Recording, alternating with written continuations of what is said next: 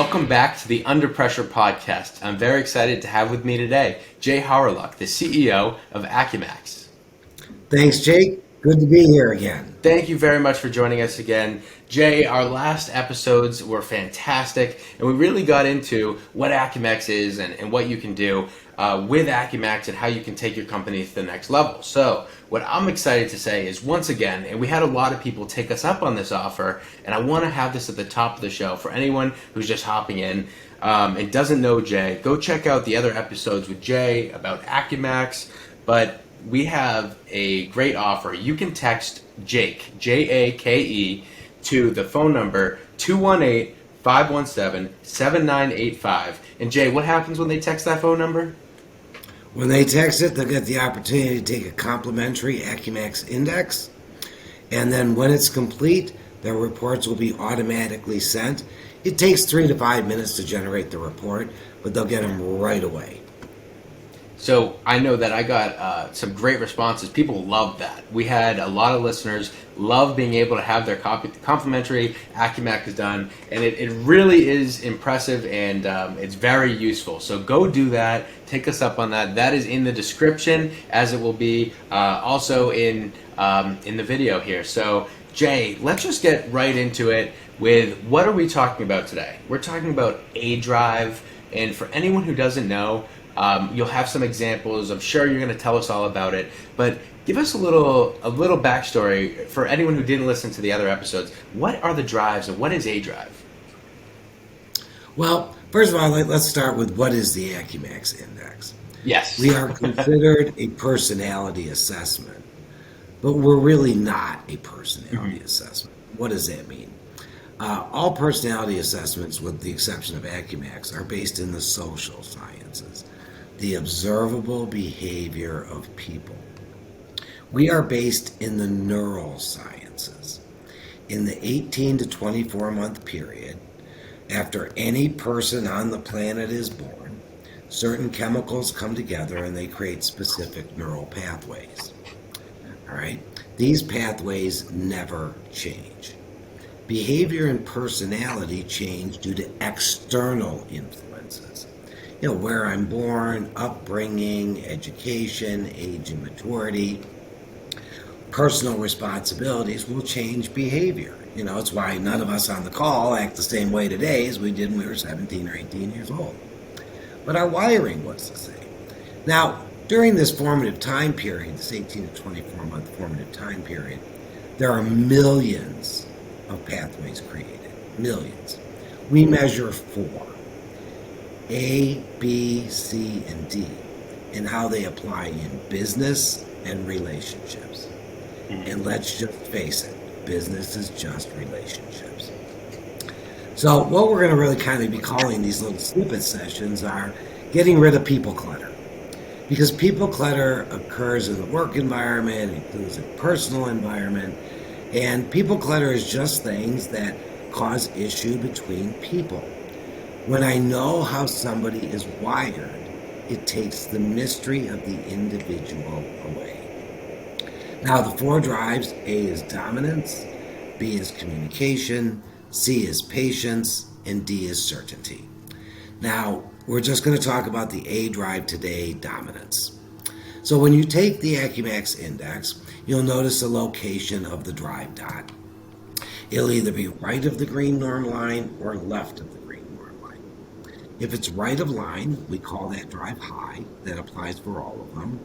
So if your dot is to the right, high in the A, you have those characteristics.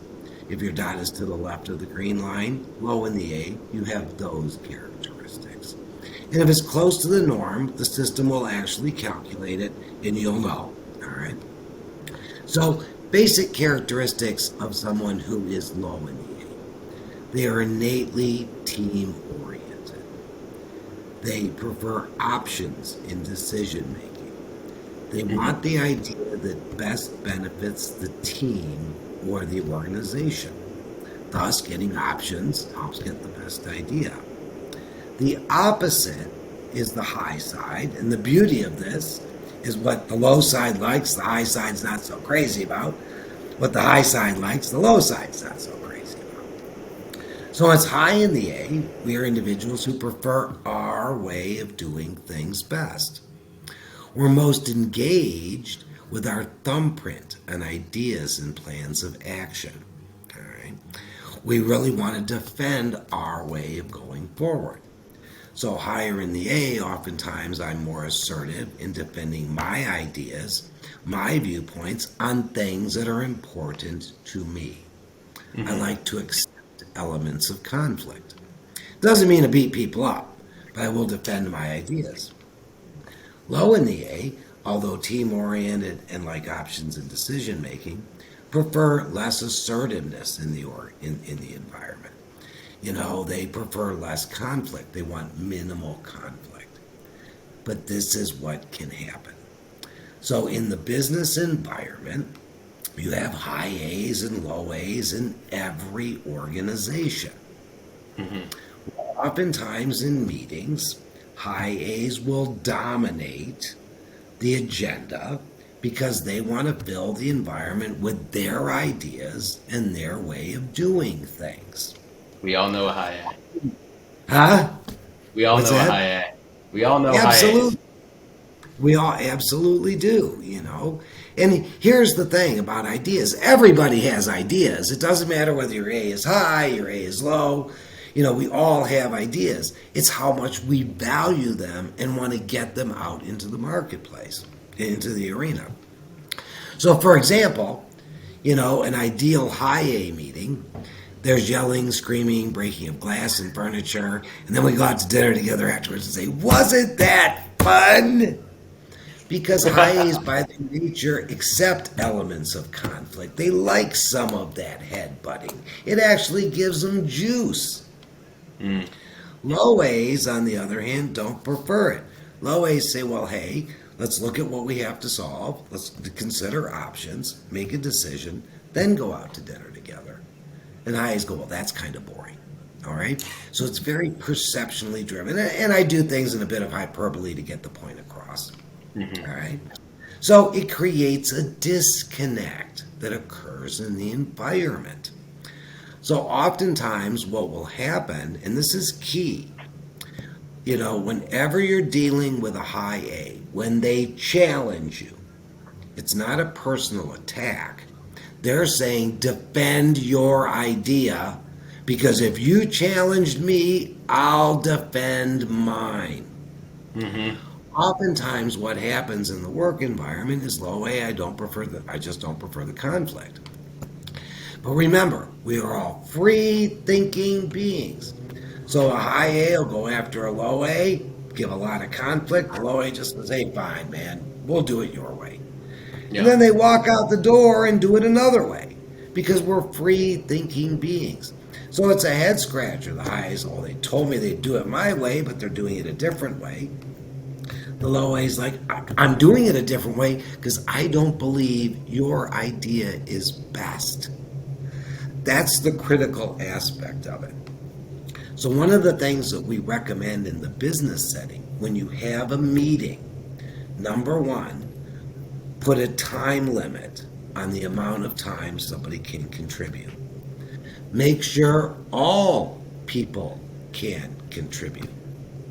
Low A's, if you're challenged in on your idea, stand up strongly for it. The high A will actually respect you. High A's, what you want to do to get more buy-in in the organization is back off a little bit. So instead of challenging another idea, maybe say something like, well, that's kind of interesting. Bill me in more. All right. This helps engage people. All people want to contribute if they're engaged in the company. And kind of the teachings that we oftentimes do is that if a high A batters a low A too much, the low A just kind of shuts down and says, I'm not contributing. And you guys know who you are in the audience. But what I like to say is, if the low A's idea is a 12 on the scale of 1 to 10 and they're not contributing, it hurts the entire organization. Absolutely. So again, low A's, stand up strongly for what you believe in. High A's, back it off a little bit. When somebody comes up with an idea, as opposed to immediately challenging them, say, tell me more about it. Now, here's another interesting fact. Low A's, if it's a great idea that has been considered and they've had time to consider options, they'll buy right in. High A's will never buy into an idea completely until they can put their thumbprint on it and tweak it. Okay. You know, Jake, I really like your format here, 1, 2, 3, 4, 5, but if we did 1, 2, 3, 5, 4, I think it might be a little bit better. There's an example of a high A buy-in. Okay? So it impacts individuals in the work environment. Now, as we've talked about before, the A drive is critical in aligning people and roles. Sometimes you want a high A in a role in an organization. Sometimes you want a low A. It all depends on the needs. But this is really focused on improving idea flow and keeping meetings on time.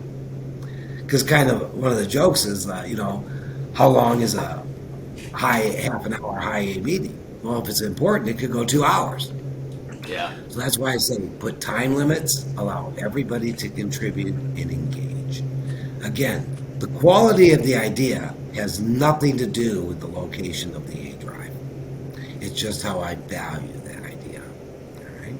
So if people watching this broadcast will put that into effect at their next company meeting or group meeting, have a timetable for everybody to contribute. Actually, if you're going to be doing an idea session, I kind of recommend everybody bring the idea in writing, put them all up to review. However, a different twist. Instead of attacking it, or talking about how it couldn't work, only talk about how an idea can work. If an idea is out there that nobody's kind of into, they won't even talk about it. But the key thing is to get people to contribute ideas.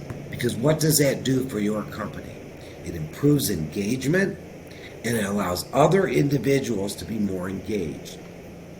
For example, at AcuMax, we have a new employee, and he's only been on board since the beginning of September.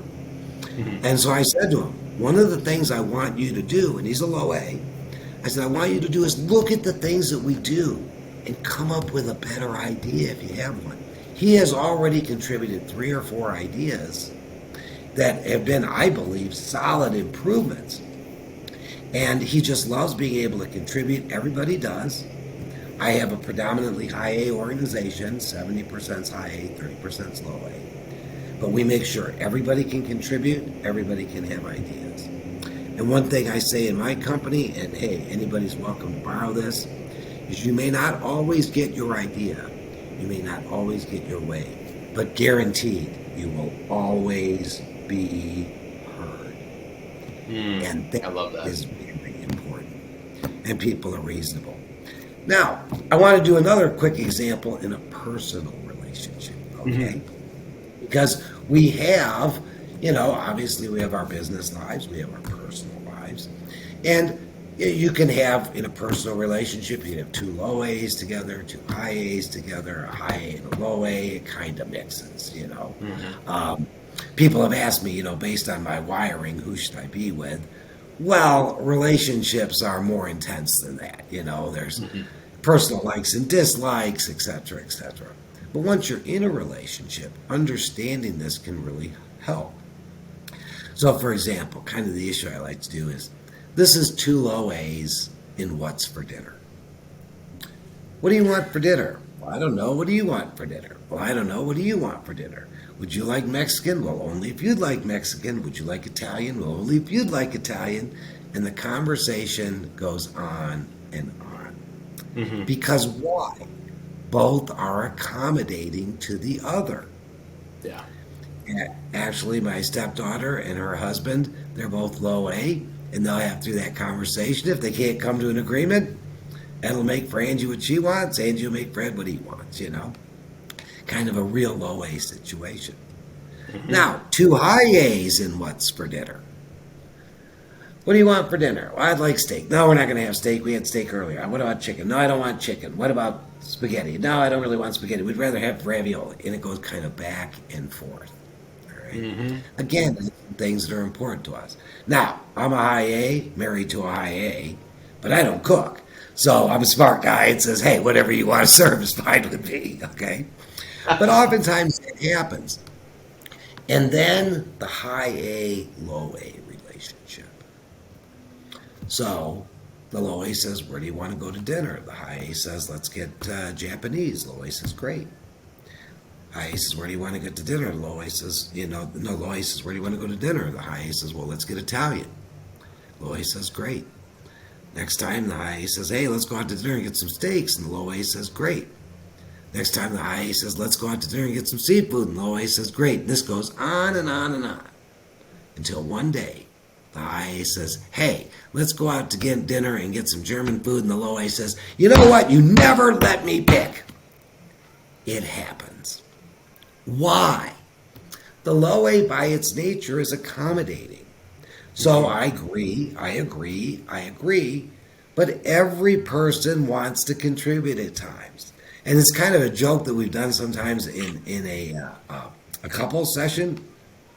And there's a lot of truth that people come up and say, oh my gosh, this happens to us all the time.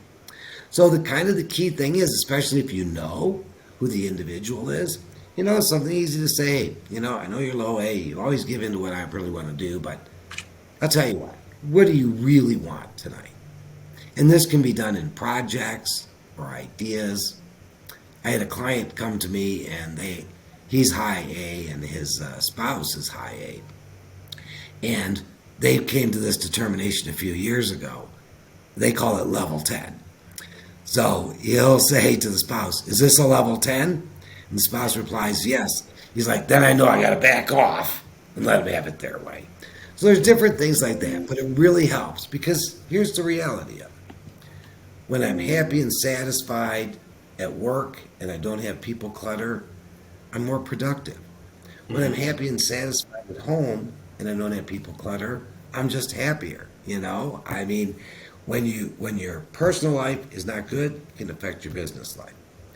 So I talk about, we talk about the drives in business and relationships, but everything basically is a relationship. Mm-hmm. That's our podcast on A. Yeah, and thank you for that. And for anyone who's listening to that and saying, wow, not only can I build a team with AcuMax as a tool, you really can take it to the next level by making it more of a way to grow teams and figure out how to interact with each other. So you're not just building the teams, but you're kind of working on optimizing the teams, learning how to interact with each other. And so, as we said at the top of the show, if you don't know not only what your AcuMax is and what your team's AcuMax is, and you want to know their drives, and we're starting this series, we're starting with the A drive, but if you want to know, are you a high A or a low A, go do the complimentary AcuMax, and that's text Jake to the number 218-517-7985. Jay has been very nice to do this for us, this podcast series. I think that a lot of people will learn not only a lot about themselves, but about those who work in their team, with them, and your personal relationships. I personally have used AcuMax and leveraged what I've been able to learn to figure out how to best interact with those around me. So thank you for that, Jay. We really appreciate it. You're quite welcome. It's been enlightening for you and your family. Absolutely.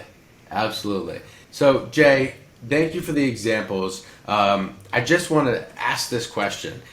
As you're interacting more and more with clients who have used AcuMax, has there been anything surprising that you've been able to see someone do with their company or within their personal lives by really getting a good grasp on the A drive or any of the drives in particular? Well, what we've seen, actually, is one of my clients had a grand opening of an autism center. And this was back a couple months ago. And when we went there, everyone had their name badges on. So you not only knew their name, but their AcuMax profile. And then they made an extra tweak to it. Am I a task communicator or a social communicator? And we can pick that up when we talk about the B drive. But what it does is help them understand. So they all had them on. And task or social, so it helps them not only in interacting as a staff, plus the AcuMax is there, they use it with all the patients know their name, and it gives them great talking points. So yes, that's one of the things that clients have done. I'm always fascinated with the things they come up with. We have clients that have it on their intranet, that put it at their workstations or offices, have it on their phones. So, because it just helps in understanding and improving engagement. That's the key, improving engagement. Absolutely. And I have seen how that works. So check out the other episodes Jay and I did as well. And I think it was the last episode we did, Jay, where I actually shared my AcuMax Index so that people could get an idea of what this looks like. And so now what I'll say is you can go check out that episode if you want to see what this looks like. If you're having a hard time understanding, like, how do I see this on paper? Go check out the last episode Jay and I did. Or you could just text Jake to the phone number and do your own AcuMax. So I highly recommend that because I know that a lot of companies use this, and I have seen what you can do with this. So again, Jay, thank you so much. And what are we talking about next time we have you on? What we're going to talk about next time is B drive, communication. Everybody talks, everybody thinks, but this really dwells down to what is really effective communication and how people buy in to ideas and plans of action. That's our next one. So we hope to see you then.